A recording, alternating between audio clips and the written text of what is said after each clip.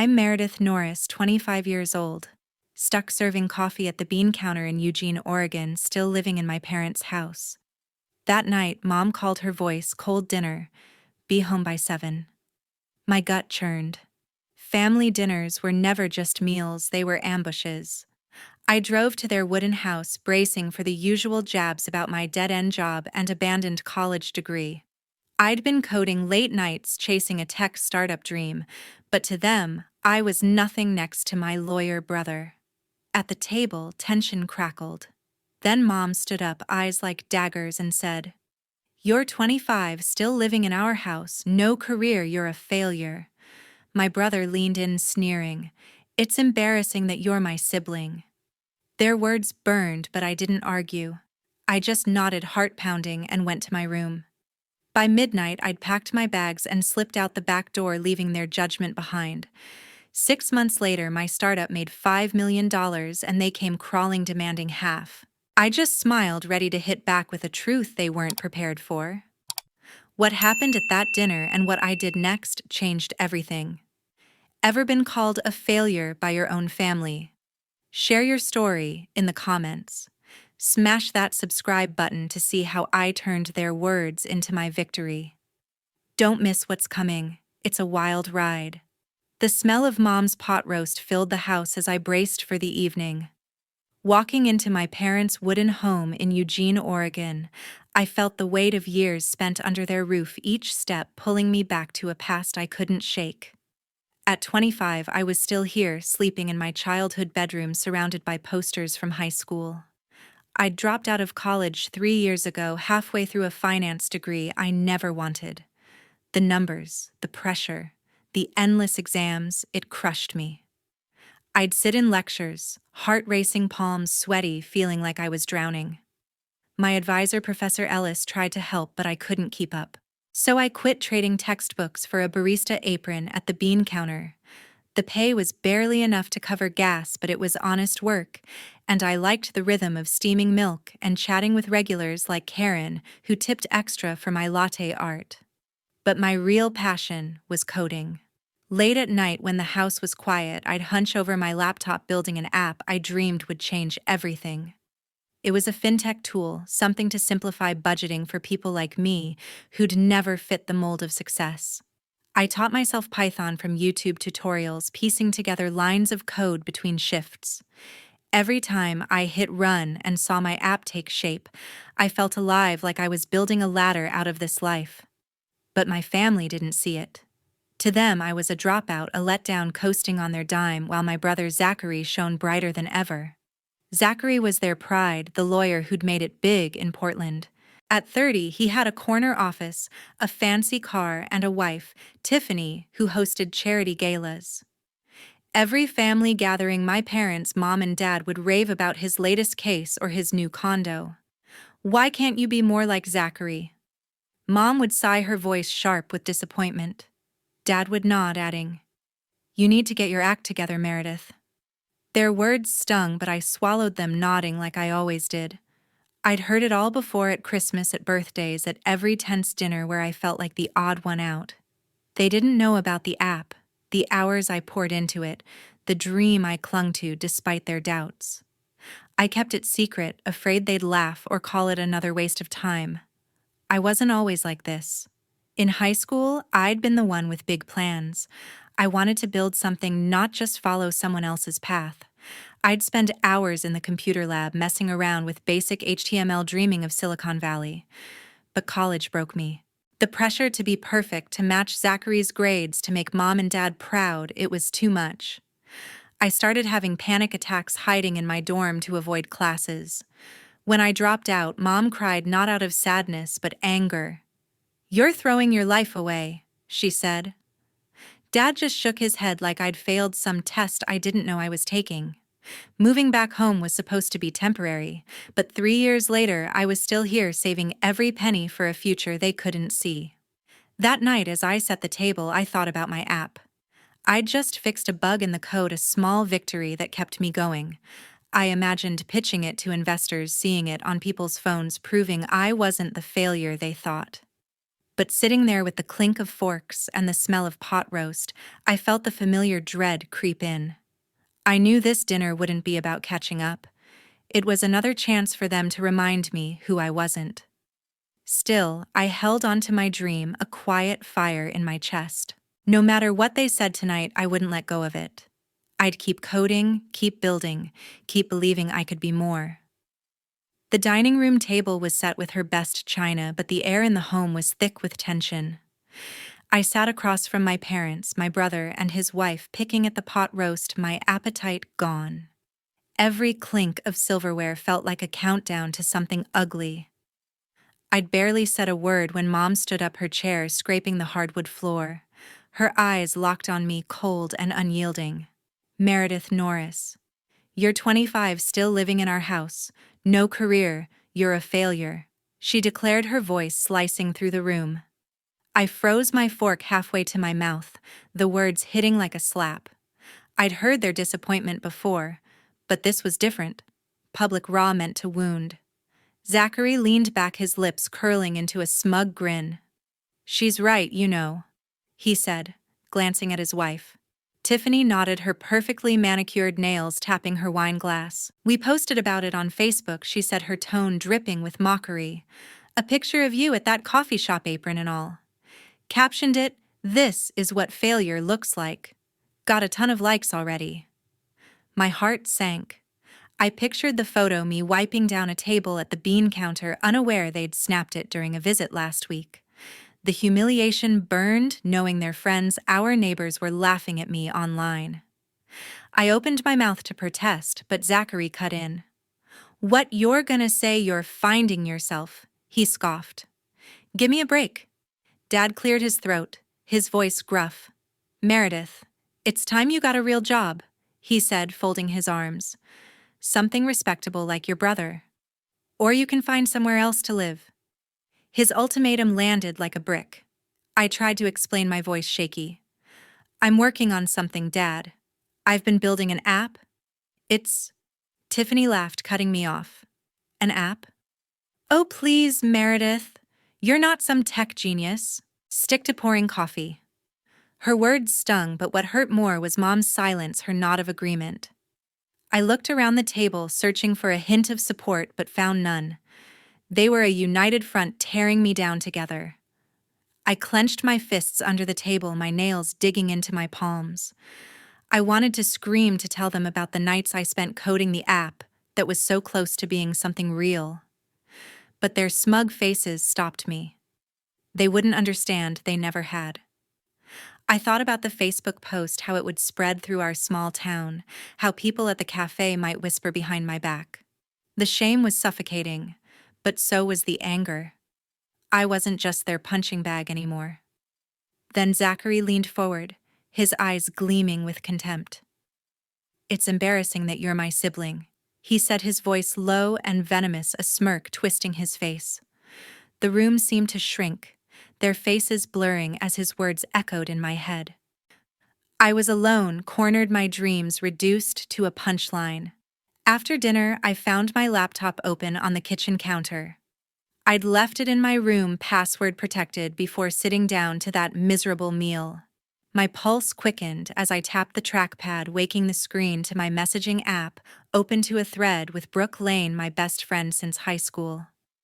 We'd been texting about my fintech app ideas for the user interface, a pitch I was drafting for a local startup contest. The chat was scrolled up to messages from last week, ones I hadn't opened in days.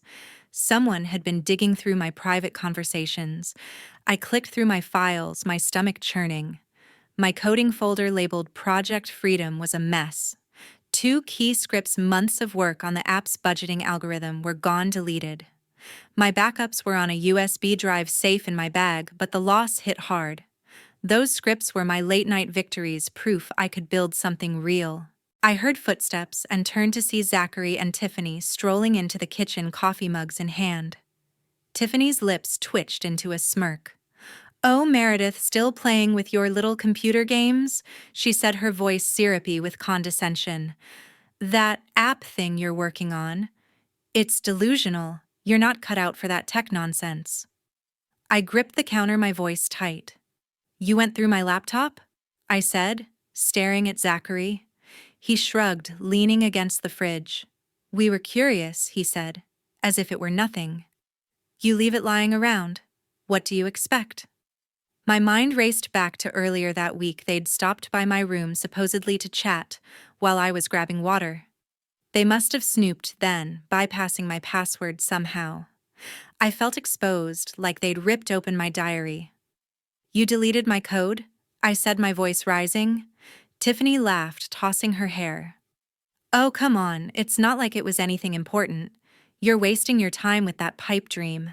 I stormed to the living room where Mom and Dad were clearing dishes. Did you know about this? I demanded, my hands shaking. Mom set down a plate, her expression calm but stern. Meredith, we're worried about you, she said. You're chasing fantasies instead of growing up. Zachary was just trying to show you what's realistic. Dad nodded, his arms crossed. You need to focus on a real job, not this hobby, he said. I couldn't believe it, they were defending them. I turned to Zachary, who'd followed me, and Tiffany at his side. You had no right, I said, my voice cracking. Those files were mine. My work. My future. Tiffany rolled her eyes. Future Meredith, be serious. You're 25, slinging coffee, living off Mom and Dad. That app isn't going anywhere. Her words echoed their earlier insults, but this was worse. They'd violated my privacy, erased my progress, and called it help. I looked at Mom, hoping for a shred of support, but she just sighed. We want what's best for you, she said, as if that justified everything. Zachary chimed in, his tone patronizing. You should thank us for snapping you out of it, he said. You're not some startup hotshot. Stick to what you're good at. I felt the room spin, their words piling on like weights. I'd spent years hiding my dream, protecting it from their judgment, and now they'd torn it apart.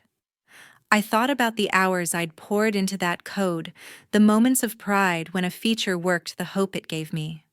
They didn't just delete files, they tried to delete my ambition. You don't get to decide what I'm capable of, I said, my voice steady, despite the tears burning my eyes. I faced them all. Mom, Dad, Zachary, Tiffany. You crossed a line. You went into my private messages, my work, and destroyed it.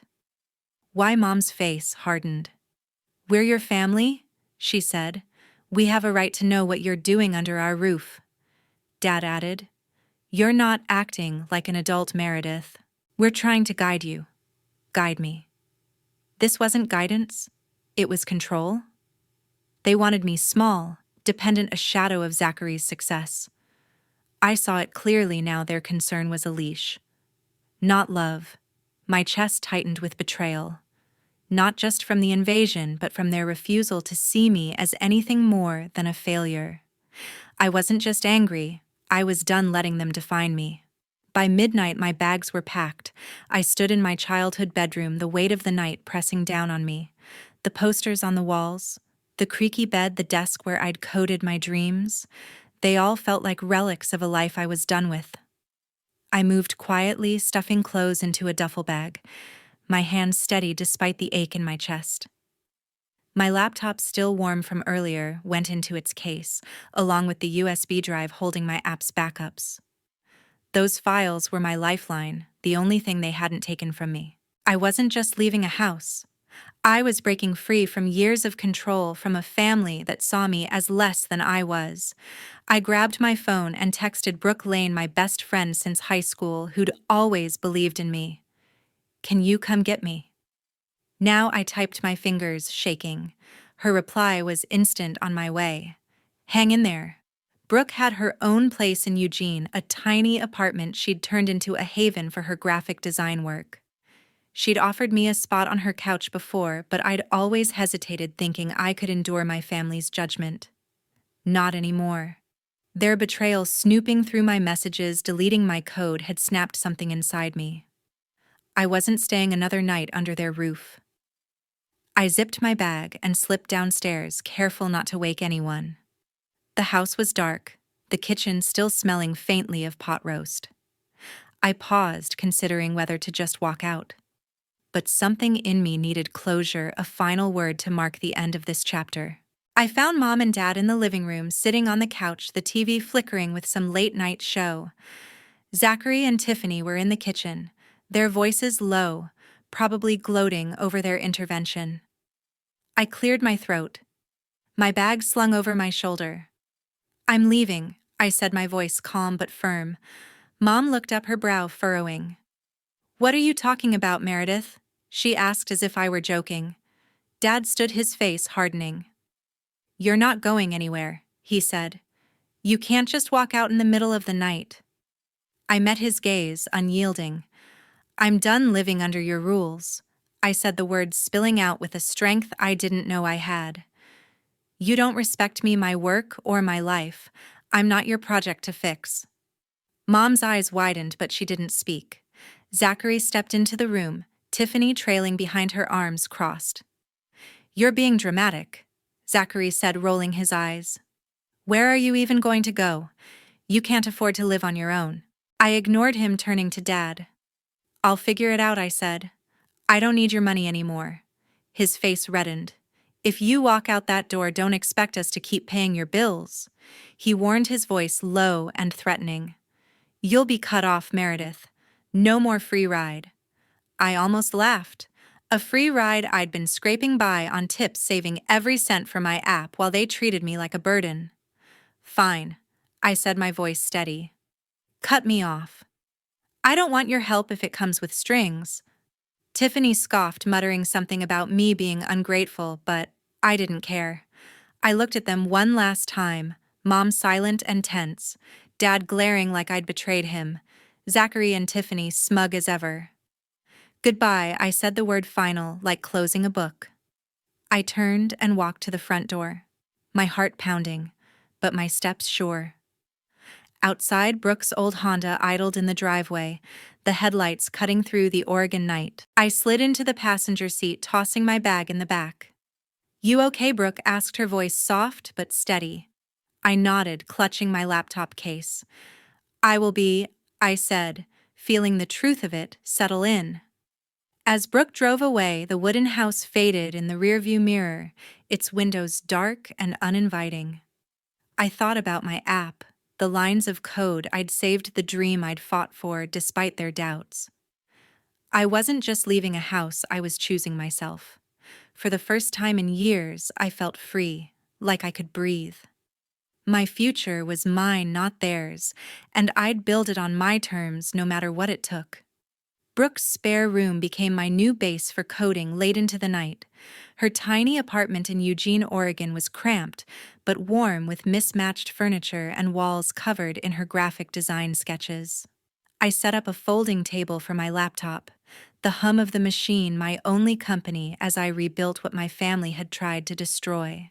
The first week was a blur of settling in, unpacking my duffel bag, buying a cheap air mattress, and adjusting to the rhythm of a life I controlled. Brooke didn't ask for rent, just a promise to split takeout costs and keep the place tidy. Her trust in me felt like a lifeline, a reminder that someone saw my potential. I kept my job at the bean counter, pulling double shifts to cover expenses. The cafe was my anchor, its bustle of customers and hiss of espresso machines grounding me. There, I met Connor Reed, a barista who doubled as a freelance coder. He was 27, with a quiet intensity and a knack for debugging that rivaled my own. During a slow afternoon, we got talking about tech over a stack of dirty mugs. "You're working on a fintech app?" he asked, raising an eyebrow when I mentioned my project. "That's bold. Most people here just dream about it." I showed him a demo on my phone, and his eyes lit up. "This could be huge," he said. "Mind if I take a look at the code?" That conversation sparked a partnership. Connor and I started meeting after hours, crowding around my laptop in Brooke's living room. Our app, now called Budget Blocks, was designed to help people like us, young, broke, and overwhelmed, manage money with simple, intuitive tools.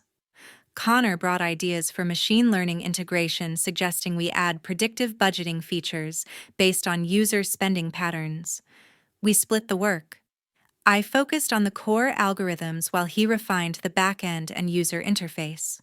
Most nights we coded until dawn, fueled by energy drinks and Brooke's leftover pizza. Her encouragement kept us going. She'd peek in, offer feedback on the app's design, and call us nerds with a grin. To make budget blocks viable, I knew I needed more than coding skills. I enrolled in an online financial management course, squeezing lessons into my breaks at the cafe. The irony wasn't lost on me studying finance after dropping out of a finance degree, but this time it was on my terms. I learned about cash flow investments and budgeting frameworks, applying them to our app's features. Connor pushed me to improve my coding too, recommending advanced Python libraries and cleaner ways to structure my scripts. Slowly, I felt my confidence grow. I wasn't just a dropout anymore. I was a developer with a vision, building something that could change lives. 3 months in, we had a working prototype. Connor pitched it to a local tech meetup, and I presented alongside him, my nerves jangling but my voice steady. The feedback was electric. Entrepreneurs and developers loved the app's simplicity and AI-driven insights. One attendee, a scout from Cascade Tech, a Portland-based startup accelerator, asked for a private demo. We spent weeks polishing budget blocks, fixing bugs, and practicing our pitch. When we met the Cascade Tech team, I laid out our vision: an app that empowered anyone to take control of their finances, no matter their background. Connor backed me up, walking them through the technical specs. They were impressed, but I wasn't prepared for what came next. 2 weeks later, an email landed in my inbox. Cascade Tech offered us a contract, $5 million, to license budget blocks for their platform, with potential for more if it scaled. I stared at the number, my heart racing. This wasn't just money, it was validation, proof that my dream wasn't delusional. Connor and I met at the cafe to review the contract, our hands shaking as we read the terms. We'd split the money evenly, but more than that, we'd built something real together. That night in Brooke's spare room, I signed the contract digitally, my signature, a quiet declaration of victory. As the confirmation email pinged, I leaned back, a smile breaking across my face. I'd done it against all odds. I'd turned my code into a future. 6 months later, my phone lit up with Zachary's desperate text. Our app had made headlines in the local paper after Cascade Tech announced their $5 million licensing deal. The article called me Meredith Norris, a rising star in fintech, and I'd saved a clipping, proof of a victory I'd earned on my own. But Zachary's message shattered the calm. We need to talk about the money. Family deserves a share. I stared at the screen, my stomach twisting. They hadn't contacted me since I left, and now they wanted a piece of my success. I opened my laptop and saw a missed call from Tiffany Norris, Zachary's wife. Her voicemail was syrupy, dripping with fake warmth. "Meredith, we're so proud of you," she said, pausing for effect. "But let's be fair. We supported you for years, rent, food, everything. You owe us at least half." Half? I nearly laughed. They'd never believed in my app, never paid a dime for my coding courses or late-night energy drinks. I'd built budget blocks from nothing, scraping by on tips from the bean counter. Their claim was absurd, but it wasn't surprising. This was the same family that had mocked me, deleted my code, and told me I'd never amount to anything. Curious, I checked Facebook, something I'd avoided since their humiliating post about me. Sure enough, Tiffany had been busy. A new post on her profile read, "Some people forget who got them where they are. Family sacrifices everything, and now Meredith thinks she's too good for us." Comments from their friends piled on, calling me ungrateful, selfish, a sellout. My blood boiled. They were spinning a lie, painting themselves as victims to justify their greed. I recognized the tactic twist: the truth rally, support, pressure me into giving in. But I wasn't the same person who'd sat silently at their dinner table. I called Zachary back, my voice steady. "You're not getting anything," I said before he could speak. He sputtered, launching into a rehearsed speech about how Mom and Dad had invested in me by letting me live at home. "You were a freeloader," he said, his tone sharp. "We carried you. That money's partly ours." I cut him off. "You carried me. You ridiculed me. Trashed my work, told everyone I was a failure. I built this on my own. Tiffany jumped in, her voice shrill through the speaker. Don't be so selfish, Meredith. We're family. We deserve our cut. I gripped my phone, their entitlement fueling my resolve. I thought about the years I'd spent under their roof, shrinking under their judgment. Every penny I'd earned, every line of code I'd written, every sleepless night, they had no part in it. You don't get a cent of what I built, I said, my voice cold and final. You don't get to claim my work now that it's worth something. Zachary tried to interrupt, but I kept going. And those lies you're spreading online? They're pathetic. I'm done with your games. I hung up, my heart pounding, but my mind clear. Their words couldn't touch me anymore. I'd fought too hard, built too much to let them drag me back. Sitting in Brooke's apartment, surrounded by my laptop and notes, I felt a surge of strength. I wasn't just protecting my money, I was guarding my independence, my right to define my own story. I blocked their numbers, unfriended them online, and started drafting an email to a lawyer about safeguarding my assets. This wasn't just about saying no. It was about closing the door on a family that had never valued me. I was ready to cut them out for good, to move forward without their shadow. At my new office overlooking Eugene's skyline, I read Zachary's final message. His text was a last-ditch plea sent from a new number. Meredith, let's talk. Family sticks together. I didn't hesitate. I blocked the number, then opened my laptop and unfollowed every Norris family member on social media. Zachary, Tiffany, Mom, Dad. My finger lingered over the screen, but I felt no regret. Cutting them off wasn't just about silence, it was about reclaiming my peace. Their voices, their judgments had no place in the life I'd built.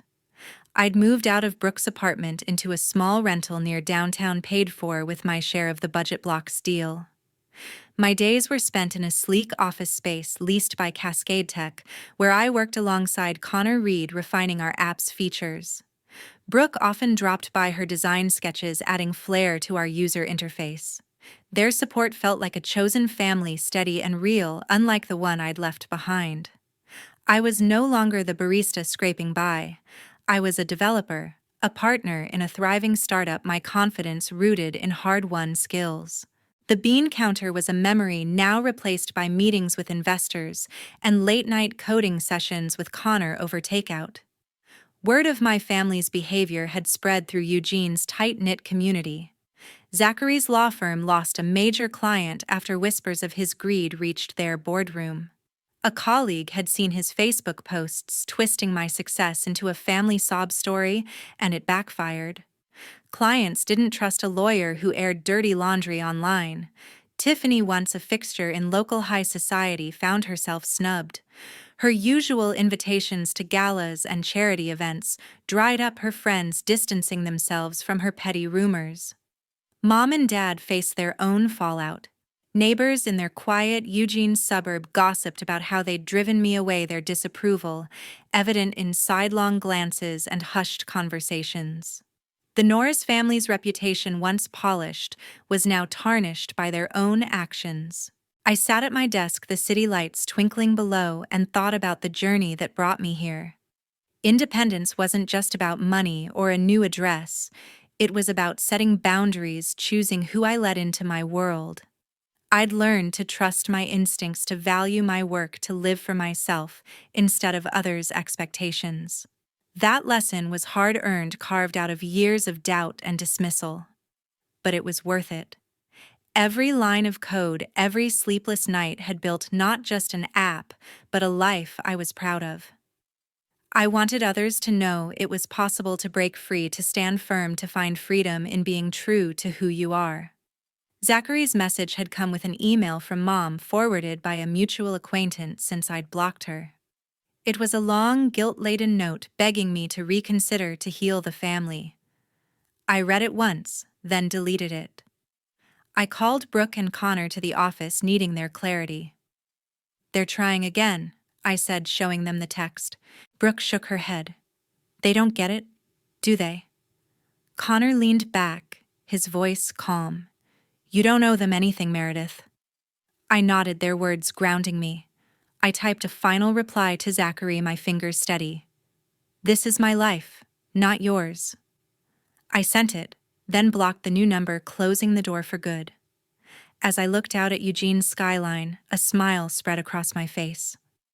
I was free not just from them, but for myself.